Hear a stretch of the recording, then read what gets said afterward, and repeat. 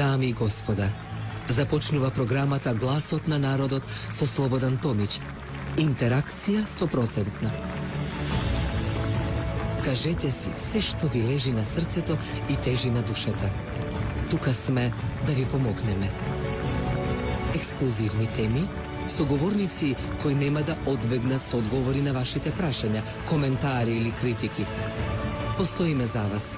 Гласот на народот е клучот на демократијата. Гласот на народот со Слободан Томич во живо. Добро вечер, почитувани. Добро дојдовте во Гласот на народот. Дали е тивка или не, или бурна ноемвриска ноќ, меѓутоа не очекуваат бурни настани со оглед дека еве утре Македонија домаќин на самитот на поранешен КЕПС или сега поново кажано ОПСЕ. Но дали ОПСЕ е во вистински офсайд што би се рекло, таа ми беше на порака на еден мој верен гледач, го поздравам, кој ме замоли така да го компарирам, дека наистина ситуацијата офсайд.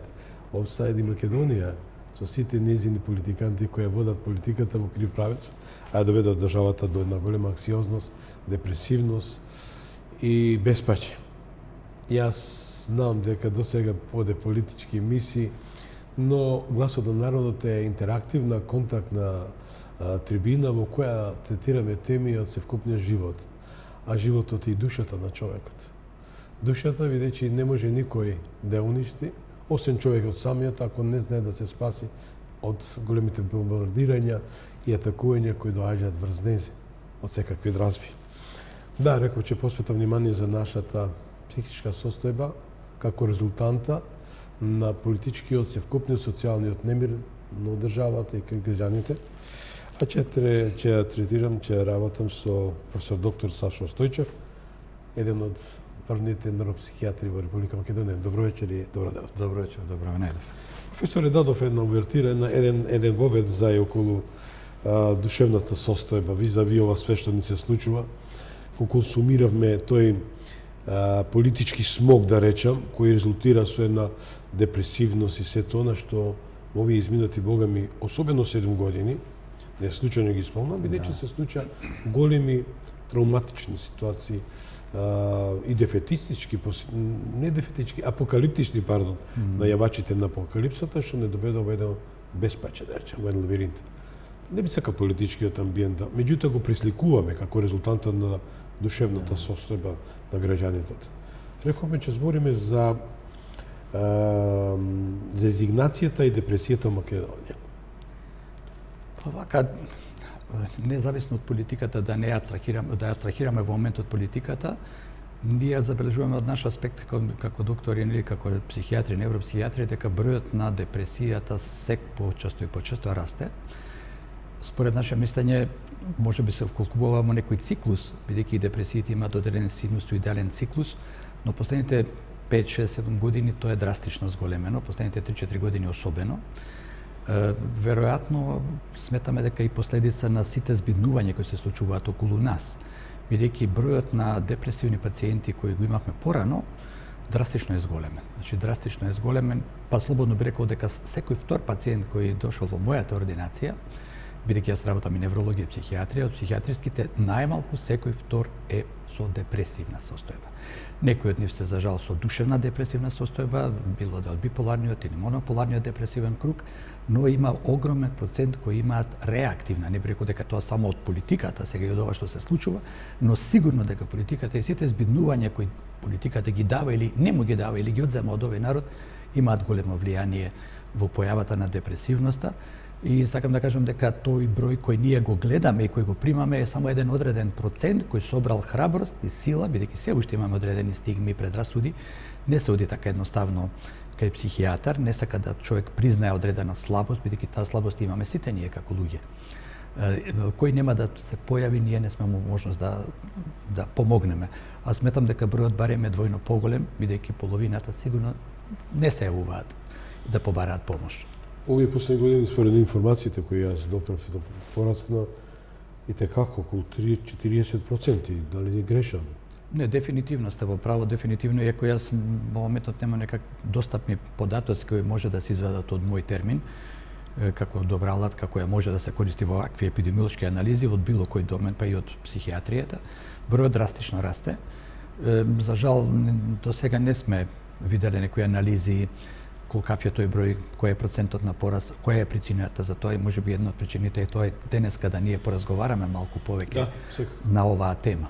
Професоре, Македонија како и сите, не сите, особено тие што се дел од, да речем, нашиот северен сосед, па ние на југот, сме со таква ментална, таа мантра, со таква ментална матрица, речеме, кој стравот, страмот е априори. Значи, не смееме во колку чувствуваме некоја промена на нашиот психички состојба или душевна состојба, да се јавиме на разговор кај психолог, кај невролог, кај психијатар. Тоа е една стигма. Пази, замина тамо, тој не е со сите, со умот се скарал. Точно е тоа така, дека нашите први колеги кои почнаа приватно да работат, открија дека доколку ординацијата е нивна на отворено место, имаат многу помалку пациенти. Доколку е во влез на некоја зграда каде што некој влегува и не може да открие дека влегол во ординацијата, бројот на пациентите е поголем. Значи, тоа е одговор на вашето прашање дека стигмата уште постои. Значи, стравото, жигосувањето, предрасудите, додека кај нас тоа се уште постои на запад, веќе просто е чудно да некој не се обратил во текот на својот живот на психолог, на психијатар, психотерапевт, за да му даде одредени смерници, помош во тегобите, проблемите кои тамо ги имаат. Не е запад мед и млеко. Мислам дека ние кај нас две причини се. Прво, кај нас веројатно состојбата е една од полошите во Европа, особено на Балканот, која создава меѓу другото и депресивност, и таа стигматата дека луѓето сметаат дека можат самите. Од друга страна, ќе дадам едно мое мислење, дека се повеќе луѓето се наслонуваат кон интернет и дека интернетот ќе им помогне. Читаат, си даваат своји диагнози, си земаат своја терапија. Што е опасно. Што е многу опасно. Многу опасно, бидејќи антидепресивните средства колку се добри, толку се и опасни. По најновите ставови во функционалната медицина, антидепресивните средства не се ни даваат, туку се даваат одредени прекурзори, средства, медикаменти кои влијаат на покачувањето на серотонинот како еден од хормоните, како хормон на задоволство, исполнување на среќа и така. Значи, не се оди веднаш со антидепресиви, ние тоа, за жал, се уште не го применуваме во најчест случај, последните може година дена, јас се обидувам го применувам тоа, кај повеќе пациенти има успех, кај оние што се веќе на антидепресиви, морате да го задржите тој антидепресив уште некое време, па потоа ќе видиме како ќе се одвива состојбата. Најдов на некои информации, можеби ќе звучи многу дефетистички, но реално во однос на тоа како се однесуваат народот, му се случува на народот, во секојдневното живење, немаштија и така голема немаштија, ве слушам информации, преку 550.000 се на работна екзистенција со 200 денари или со 3,5 евра на ден. На ден, да. И вели таа информација дека Македонија е една од најдепресивните држави во Европа. Дека е најдепресивна, тоа е веројатно така, иако немам поредбени податоци, верувам дека е така по бројот кој непрекидно се зголемува, секојдневно расте бројот, не само кај мене, него во сите психијатриски ординации, тоа сите колеги окажуваат. Ситуацијата во Македонија не е пријатна во сите полиња, значи се доведуваат луѓето во постојан хроничен стрес. Хроничниот стрес, покаченото ниво на кортизол, покаченото ниво на адреналин доведува до нарушување и во метаболизмот, во невротрансмитерскиот метаболизам на централниот нервен систем, но исто така доведува до нарушување од типот на автоимуни заболувања, малигни заболувања. Имаме еден податок дека бројот на малигни заболувања кои нема врска со кои се јас зборувам, дека за последните 20 години е 10 пати зголемен. Колку? 10 пати. 10 пати за последните 20 години. Ако се тие податоци точни, а не мислам дека тоа се дадени релевантни податоци од клиниката за онкологија, тогаш е нешто неверојатно. Значи, тука имаме повеќе фактори во смисол и загадувањето и хроничниот стрес. Вие доволно е денеска да излезете да возите низ градот, не денеска е веќе дефинитивен метеж и наредните 2 дена, но 40 минути не можам да дојдам до вашето студио. Ја не видов никаде регулирање на сообраќајот, половина семафори не работат, поставено е стихино, никој не почитува веќе ни семафори. Она што мене посебно ме загрижува е дека И странциве со CD таблички и тие се вклопија во нашиот Дали ужасен систем и тие не прочитуваат веќе ништо, претекнуваат на полна линија, како и ние, нели, не запираат на црвено, да пешачки веќе да не зборам, голем ризик дека некој ќе ве прегази. И сето тоа се одразува. Она што кај нас доминира во нашата популација, веројатно и кај нашиот северен сосед, бидејќи сме најблиски со нив, останува дека ние сите водиме премногу голема грижа за политиката. Значи, ние прашате, обичен човек знае колку е парламентот, колку членови има, кои се членови на парламентот, кои се членови на Запад, луѓето не се оптеретуваат со тоа. Владата им испорачува одредени благосостојбени ситуации од кои народот ужива. Овде народот се плетка во нешто што не е негово, се со надежда дека нешто подобро ќе дојде. Да. А тоа што е во моментот не е добро. Ќе направиме една дигресија. Јас бев присутен на председателски избори во Америка, кога се бореа, да речем, во рингот, Џорџ Буш, помладиот, и Ал Гор. Престои во Сан Франциско, бев во повеќе држави, и видов таму една анкета на MTV. Верували ли не, професоре, почитувани гледачи, вам ви се обраќам, од можните анкетирани, преку 75% во анкетата на MTV, Так. Music Television, тоа е рекреативен канал, не знаеле кои се кандидати во изборниот процес. Значи, едноставно не ги интересира политиката. Ние премногу трошиме нерви, премногу време. Енергија, и здравје. Па нарушуваме, ако се нарушуваме здравјето во повеќе домени, потоа знаете како се испоставуваат сметките. Дали се тоа повеќе автоимуни заболувања, дали се повеќе депресии, други типови на стресни ситуациони условени невроски реагирања, дали се тоа малигни заболувања, тука веќе Ништо додиме поред за резигнацијата, која е предуслов за депресија. Видите, резигнацијата, мислам, е убиквитарна, целосна во држава. Пластично да ми јасен. Ретко кој човек не е резигниран, не е потиштен, разочаран. Значи, изгубен е еланот, изгубена е волјата, изгубена е надежта. Тоа најмногу негативно влијае на нашиот душевен мир. Ако се нашиот душевен мир наруши, тоаш ние немаме задоволство од животот, депресијата се појавува, се нарушува сонот, не спиеме доволно, имаме немирни сонови. Екзистенцијалните проблеми се тука, на секој дневно тропаат на врата. Кога човек не е доволно наранет и не е доволно затоплен, тогаш што гледа? Тука 1 година, 2 години, 3 години, 5 години и бројот на иселени наши сограѓани 650.000 е огромен спрема нашата популација, мислам дека околу 20 до 30% се веќе одселени. Тоа се слободни податоци, но мислам дека тука сме некаде. Јас имам податоци од високи функционери на политичкиот амбиент кои тука во студиото ми дадоа, не на мене, на јавноста, 600.000. Така. 600 апроксимација до 650.000. Чуете кој е тоа голем процент. Од друга страна, ако се вратиме назад, кој оди надвор? Одиме некои како мене? Не. Одат млади, 20-30 години. Кои одат? Информатичари. Разочарани од системот? Не за тоа што може би не се вработени или имаат мала плата. Не е основната причина економскиот аспект. Порано нашата емиграција пред 50-100 години била чисто економска. Сега или прогон ако не се истомисленици со политички амбиент. Значи, денес како вие не се вклопите во политичката шема, нема да добиете добра позиција. Дури и да добиете некаква позиција која е добро платена, утре размислувате за иднината на вашите деца. И повеќето, например, луѓе кои се одселиле последните 20 години, со некој сум се видел, разговарал, сите биле, повеќето мои пријатели се бил добро ситуирани, ама рекле, не, овдека не наоѓаме надеж. Надежта е таа што после умира, ама овде и за некој кој веќе пресекле си отишле, нема надеж. Она што е најболното, одат најквалитетните, најдобрите, најспособните, највредните, остануваат медио и субмедиокритетите кои треба да ја водат државата. Како ја водат државата, секој гледа, секој може да заклучи во кој домен се води државата. Значи во било кој домен, дали е образование, дали е здравство, дали е сообраќај, во сите домени, може ми разборуваме, се создаваат стресни ситуации кои ние посредно преку зголемениот број на депресивни пациенти го гледаме секојдневно. Стресот е најголемиот убица на секој човек, на човекот. Да, знаете, акутниот стрес ќе го преболите. Сега имате стрес, но овој стрес е повеќе годишен, хроничен.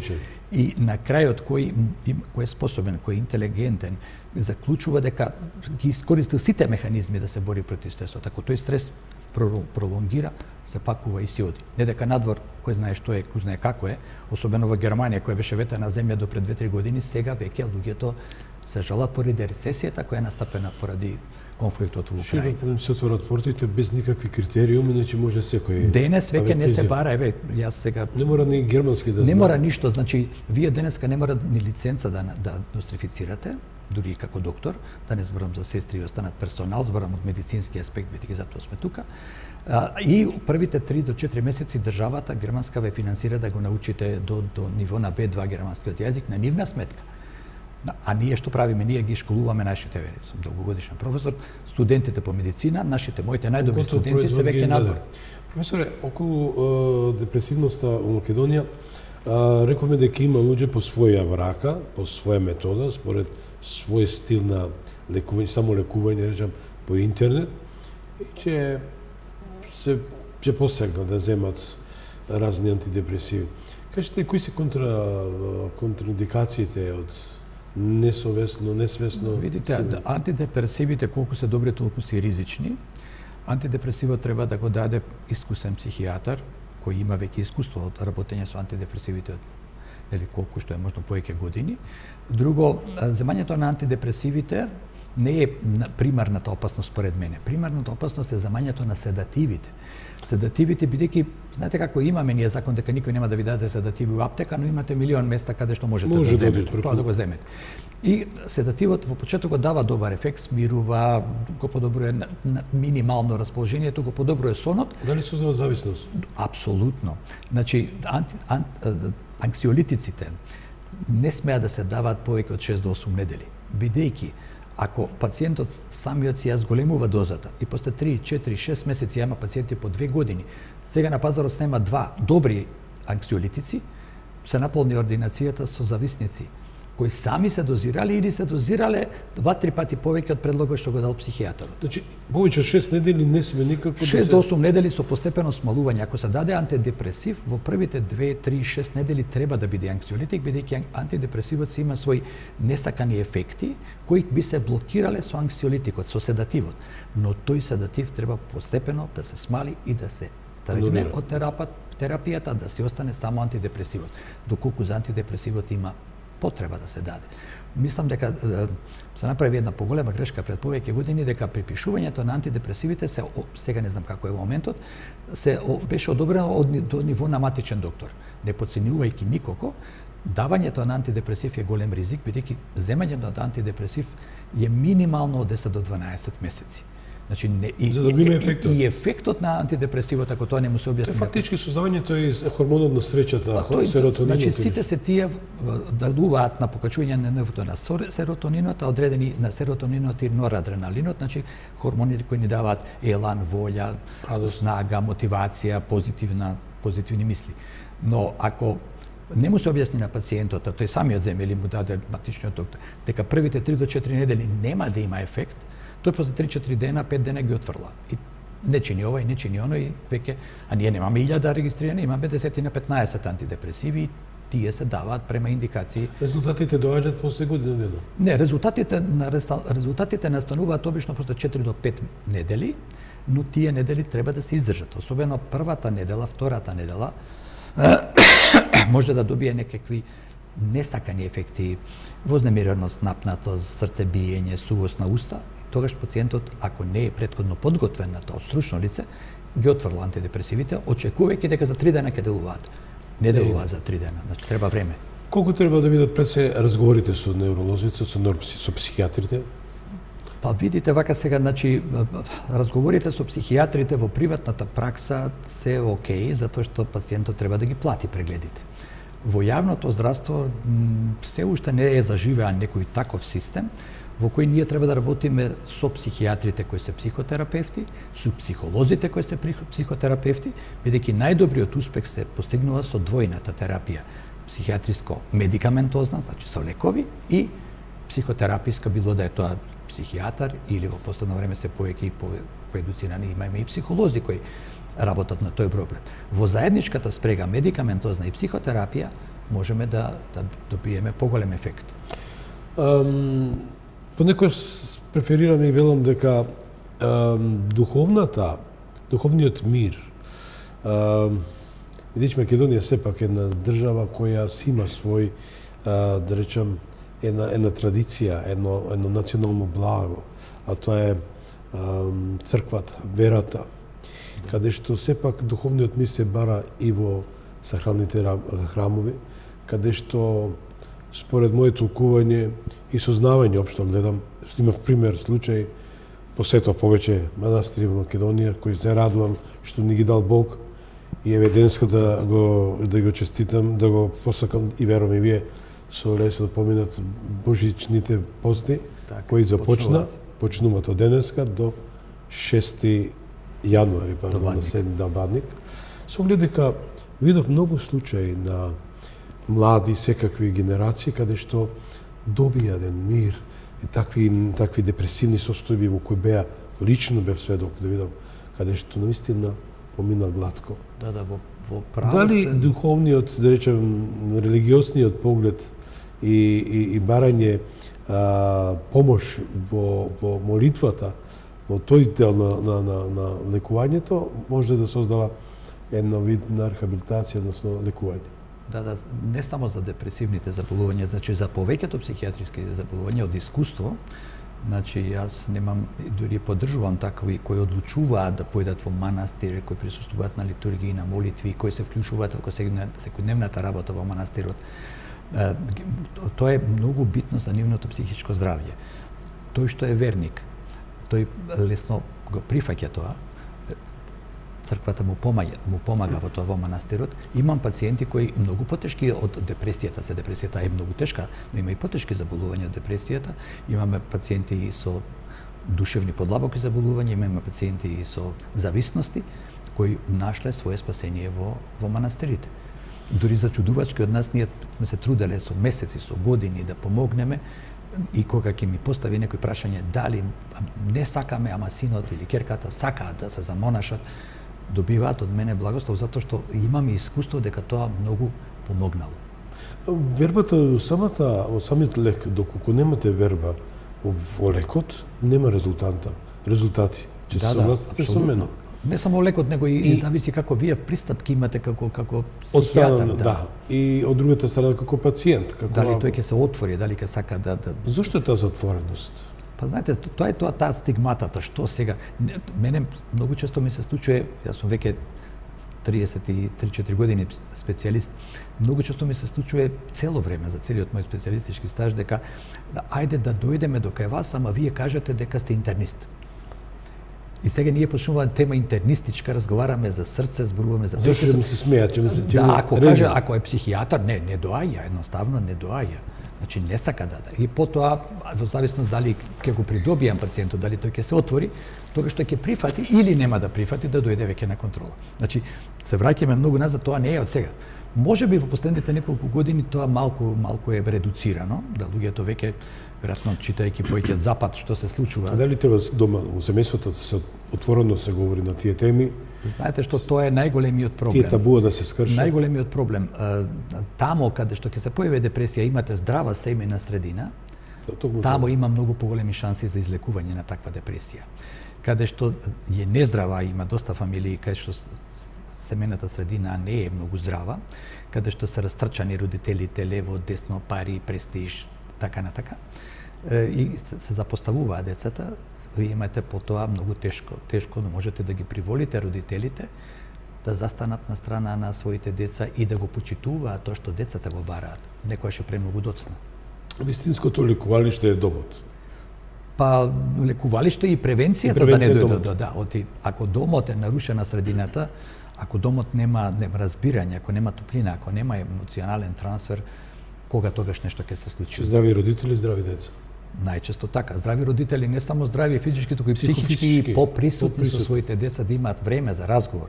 Затоа што ако вие успеете да ги отворите своите деца, да ви се доверат, особено во тинејџерската возраст, каде што се најопасните, не само за депресијата, него и за другите нарушувања, особено зависностите, каде што и тука вреба најголемата опасност, тука треба да се многу родителите да посветат време, трчајќи по се околу себе, нели, да постигнеме ова, да имаме ова. Запоставувајќи го. Нема едноставно нема време.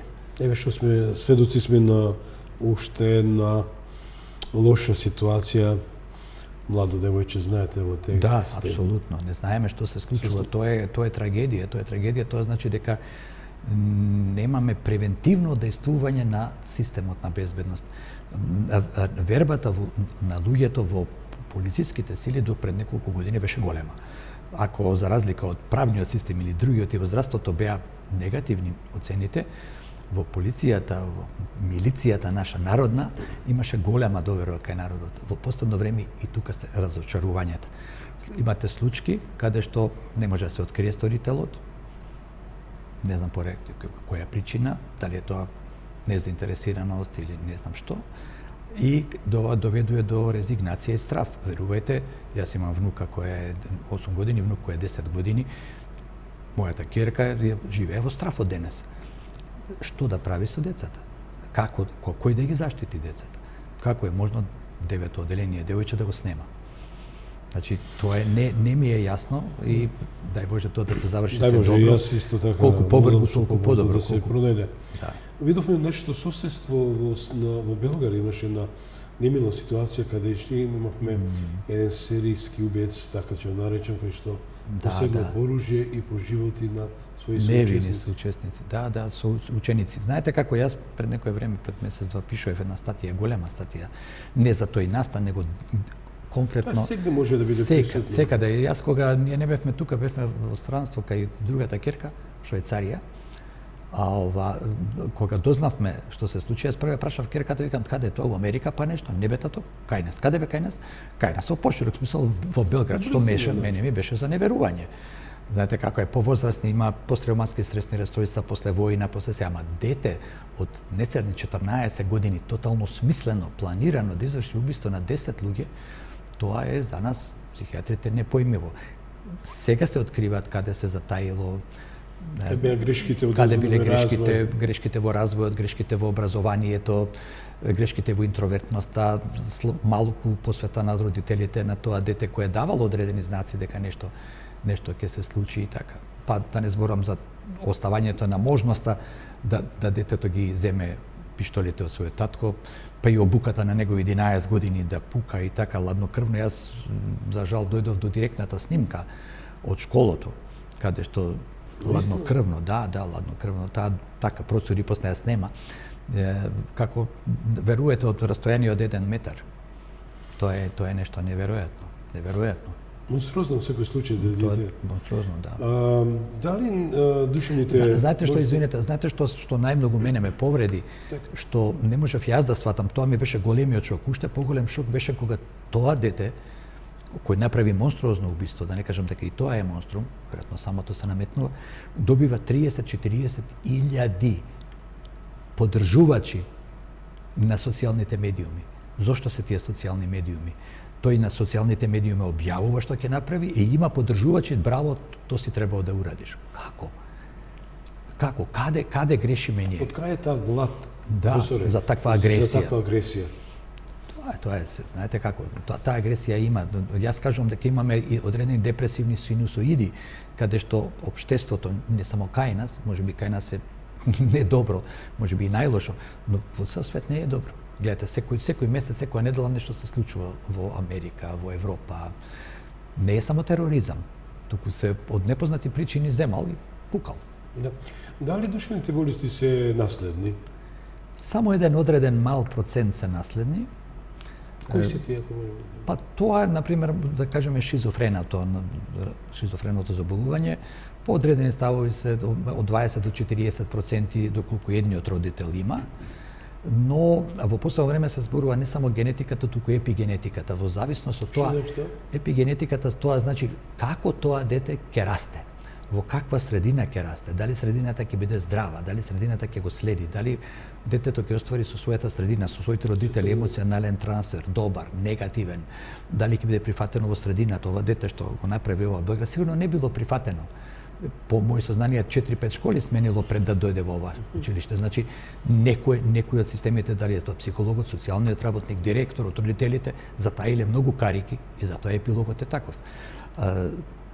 Значи има одредени работи кои се апсолутно непредвидливи, изненадувачки делува за нас, затоа што ние многу малку воопшто во сите заболувања многу малку водиме рачун за превенцијата.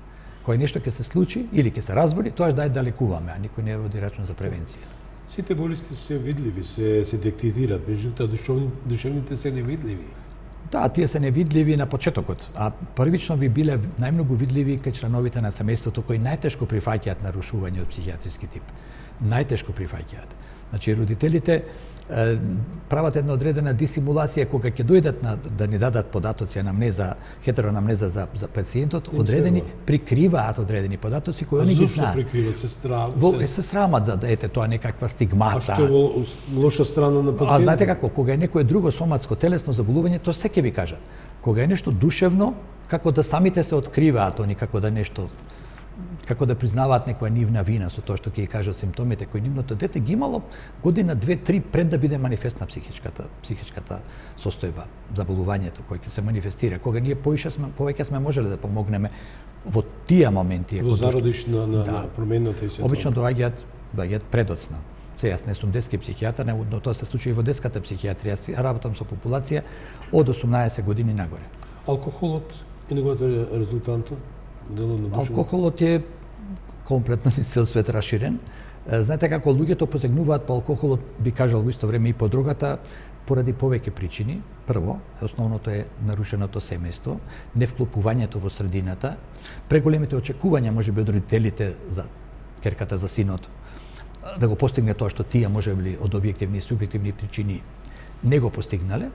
Не можејќи да се справат со сите стресови, се потегнува по алкохол. Не постои до сега. Дали се начин да... Да, не постои до сега анксиолитик седатив кој е подобар од алкохолот. Не постои, не е измислен. Алкохолот во некои одредени мали дози може да биде и корисен, но секогаш побарува зголемување на дозата за постигнување на истиот ефект. Така да вие го поседувате на почетокот алкохолот, па тој потоа ве поседува вас. Истото и со дрогата. Ние сега во последните моменти ние разговараме за дрогата како да не е проблем, а таа е се поголем проблем. Се повеќе дрога има, поготово скапите дроги кои порано беа недостижни, како да кажеме кокаинот, сега е многу достапен. Неодамно слушна на една од телевизиите на нашиот северен сосед, дрога за заселување. Верували не? Значи, најпластично да кажам. Да. Значи, се става во напитокот на партнерката или партнерот и едноставно таа го губи или тој губи. Верувам дека машката, женската обично. Да, треба да изгуби контрола. Контрола и тоа. Да, е постои. Докаде оди човекот неразум да речеме секој случај. Знаете како мора фармакомпаниите нешто да измислуваат за да запитисуваат. Значи тоа не се само природни, не се само хероин, кокаин, марихуана, значи имаме и нешто што се и други синтетски дроги. И тоа да опомена и до родителите да му кажат на децата бидејќи скачат во секакви кафулиња, редруги работи, дека мора да бидат свесни што пијат, од кај пијат и каде пијат. Знаете како мислам дека дека некој нешто става во алкохолот се случува во пијачката се случува, но не е толку често. Повеќе тоа е наша рационализација како родители дека некој нешто му наштетил на нашето дете кое ние сме го изгубиле од контрола. Тука еден од проблемите е голем проблем. Ние бараме рационализација и олеснување на нашата мака што не сме на време откриле нешто што се случува кај нашето дете. Тоа дава одредени сигнали. Прашање колку вие тие сигнали ќе ги забележите и колку ќе имате време да ги чуете маките и жалбите на своето дете. Потоа добиваме резултанта алкохол, дрога, депресија, реактивна, кога ние настапуваме, а родителите имаат најголемата превентивна функција. Да. Мечи факт дека сме сведоци на се она што ни се случува во денешниот момент, а тоа е падот и на морал, да бидам искрен, тоа што е многу лошо време, каде што за гола екзистенција, за борба за екзистенција, се посегнува еден мобинг, да речам, врз вработените Да. нудејќи им секакви предлози, Против услуги. Да. На што се како коментираат? Имавте такви случаи пациенти кај што се жртви од мобинг? Има пациенти многу. Ние сега гледаме само едната страна, нели? Пациентот го гледаме и веруваме дека тоа во 80% е точно. Порано до некој начин ги охрабрувавме да бараат судска правна развршница, ама каков е нашиот правен систем, до сега само колку моето сознание кажува, еден е позитивно решен случај за тужење за мобинг. Само еден, а стотици имаат тужено, само еден е позитивно решен. Така да сега веќе не можеме ни да ги охрабруваме да бараат судска развршница, бидејќи и тамо веќе се isprofanisано. Значи не можеме да веруваме во ништо. Токму сите овие не делува овој систем, не делува овој систем, не делува здравствениот добро, чекате со недели. Ако вие недес немате пријател, роднина, комшија, вие тешко ќе завршите некоја работа во јавното здравство. Јавното здравство дефинитивно максимално тоне, приватното здравство му се отворија ширум вратите, бидејќи само 0,1% од нашата популација самокни да се лекуваат во приватното здравство. Другите ги гледате по ходниците, приоритетни упути, молби, колби. Мој термин е изузетно добра алатка. Мој термин е добар. Ако на добро организирано се применува на секаде исто, во сите установи. Ние имате клиничка болница, да кажеме, во Штип, каде што имате 5-6 интернисти, а треба да покрие 1/3 од државата. 5-6 интернисти. 8 септември има 50 интернисти. А е општа болница, ова е клиничка. Бевте директор на 8 септември. Да. Многу години, да. Бев 7 години. Да, меѓутоа едно од важно според мене, јас не сакам да ги дискредитирам другите здравствени установи, меѓутоа доста организирано. Каде што имаше... Ние имавме тогаш голем мотив, голема поддршка. Таа беше воена болница која почна постепено со текот на годините во Арама да тоне. Немаше доволно средства, немаше многу вработување, немаше опрема и така. Така да ние побаравме, самите вработени побаравме еден состанок да преидеме во системот на јавното здравство и за 6 месеци ние преидовме во јавноздравствениот систем. И имавме изводна голема поддршка, не владеше голем мотив, елан, позитивни, се вработија доста луѓе во кои многу мал процент беа партиски, затоа има замерки и од двете страни, да кажам, јас се трудам да бидам неутрален, нели? Не можете, тешко да можете да останете неутрален. Тешко можете да останете неутрален, но тоа што се направи, влегува многу средства, се купи многу опрема, се набави, се вработија многу, се платија многу докторанти, 25 докторанти успеавме да најдем преку одлука на управен одбор да ги стипендираме, да ги финансираме за да останат во болницата, но на што јас го добиам како податок дека од нова година до оваа нова година над 200 луѓе отидоа од болницата. Тоа знаете што значи? Голема бројка. Од тие половината се отидени во приватно, другата половина во странство. А кој ги школувал? Оваа држава. Дали плаќале за школување? Не. Дали плаќале за специализација? Не. И на крајот сите си отидоа. Готов производ го добива. Готов производ секаде. Остануваш со некои со завршен вечер. Гледам билборди низ градот, дојдете работите во Словенија, живеете и работите во Словенија. Точно вчера токму синоќа бев имав повод. Кај синав мој. Да. Роден ден имаше. Да ја му така посвети внимание малци на телевизијата и гледам дека амбасадор на една наша поранешна Југословенска република вели да, повелете, дојдете и коментари следуваат, храната е иста како и тука, цените се исти, а европска држава припаѓа на Европската унија. Така. Платите се 5 пати повеќе од вашите. Дојдете, повелете, работете. Што тоа значи за еден лекар, еден професор? Што понатаму второто прашање не можам да не го искоментирам со вас, да го изгубите и да го дадете како готов да речем како готов производ на... Губиме сите, дефинитивно. Прво што губи семејството губи. Ете една од можните причини за појава на депресијата кај родителите. Значи, јас не знам, еден од моите пријатели, познати, пациенти, разговараме и така, дека 90% имаат едно, ако не и двете са надвор од странство. Независно македонци, албанци, турци, нема врска, сите сме надвор. Значи, прво, странецот го бира квалитетот. Значи, сите мои најдобри студенти, кои дале најдобри одговори од мојата област, веројатно и од повеќето, се надвор. Барале препораки, јас сум им пишувал препораки, кои се во Словенија, кои се во Германија, кои се во Швајцарија, и сите се успешни. Има и во Америка, има и во Австралија. Значи, успеале. А зошто отишле? Има многу чести одговори. Не сакам да бидам член на ниедна партија. Ако не сум член на партија, не можам да се вработам. Тоа е срамота. Тоа е трагедија. Тоа е трагедијата. Професоре, не можем да го изоставам, вие сте најкомпетентна личност со кого јас би разменил мислење јавно со нашите почитувани гледачи за професор доктор Сашко Јовев. Да, тоа е непојмиво. Тоа е непојмиво. Некој што е доаѓен во таа област да сформира се. Знаете дека добил отказ? Знам. Што првиот ден знам во текстум, но не можам да поимам. Знаете како е, може би се тоа некои директни, лични, некои пресметки. Не знам што се случува, но да целата фела наша ќути за тоа, да ќути владата, да ќути, а од друга страна сите барале помош од него. Не викам дека бил директор и дека треба да биде вечно, но начинот на кој е разрешен, начинот на кој вие и потоа уште некој ве повикува дојдете да бидете советник. Значи 5-4 часа по разрешувањето дојдете да бидете советник на министерот Која е за дијагноза на таквите пациенти? знаете што- Не знам персоналити, Да. кои ги менуваат своите ставови во минут, еднашка е джелат, а друг пат е ангел. Знаете како, тоа е сепак нарушување на структурата на личноста. Јас затоа кажав дека нашите најквалитетни кадри се заминати. Дали Она тие што е се треба да биде жртви на новинарска забелешка? Да. На политичари екзибиционисти, дали се министри редујават? Апсолутно, се знаете како ние викаме ќе правиме ветинг, ќе правиме вака, ќе испитуваме. Ние денеска имаме, знаете колку имаме вработени во јавната администрација со фалсификат дипломи. Тоа е јавна тајна и сите ќутат за тоа. Никој не зборува за тоа. Имам Чист криминал. пред некој ден прочитав виц, вика вака: "Зошто бе плачеш, ја изгуби, вика, дипломата." Па добро бе ќе знаеш, ама не знам што завршив.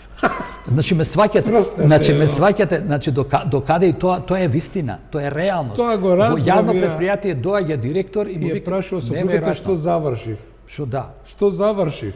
Верувајте, и тоа се ќути. И ние претендираме да влеземе во Европа. Донесуваме закон за заштита на високиот криминал, а ќе одите у затвора го крадете еден леп за своите деца.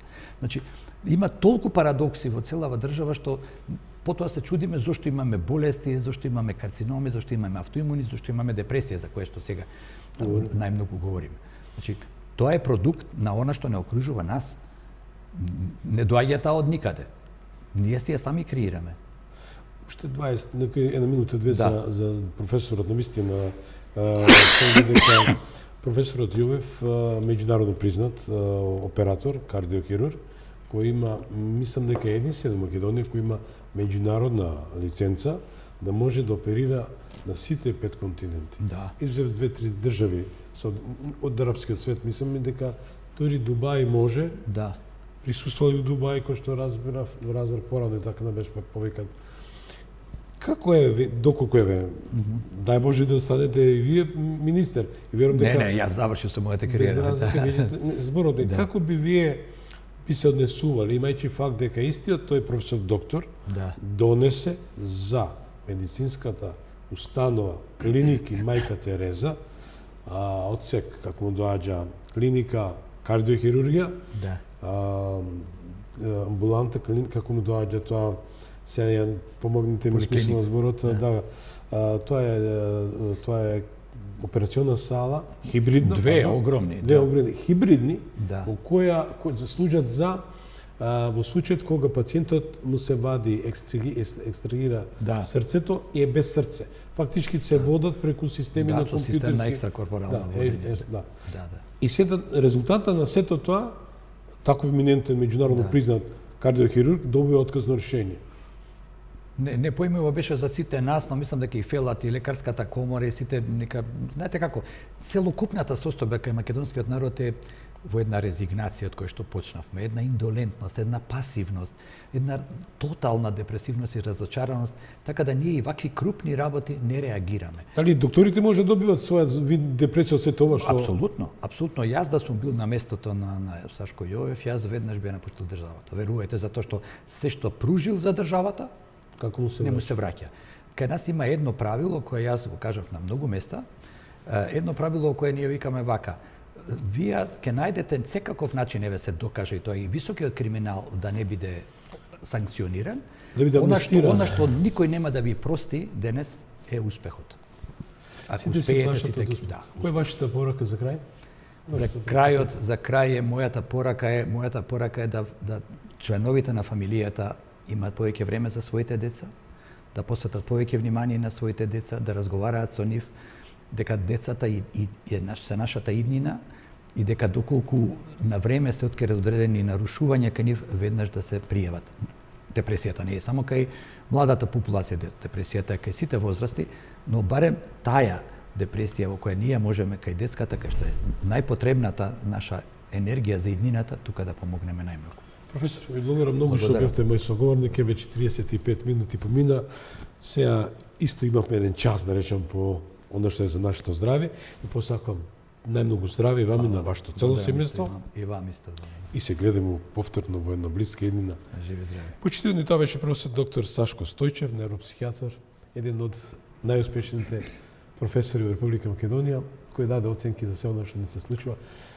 А бидете ми живи здрави, утре се гледаме во истото време. Пријатна вечер.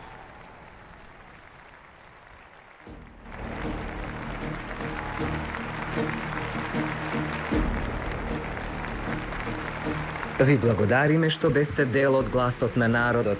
Со Слободан Томич ве очекуваме утре, во исто време, на Вистинска телевизија.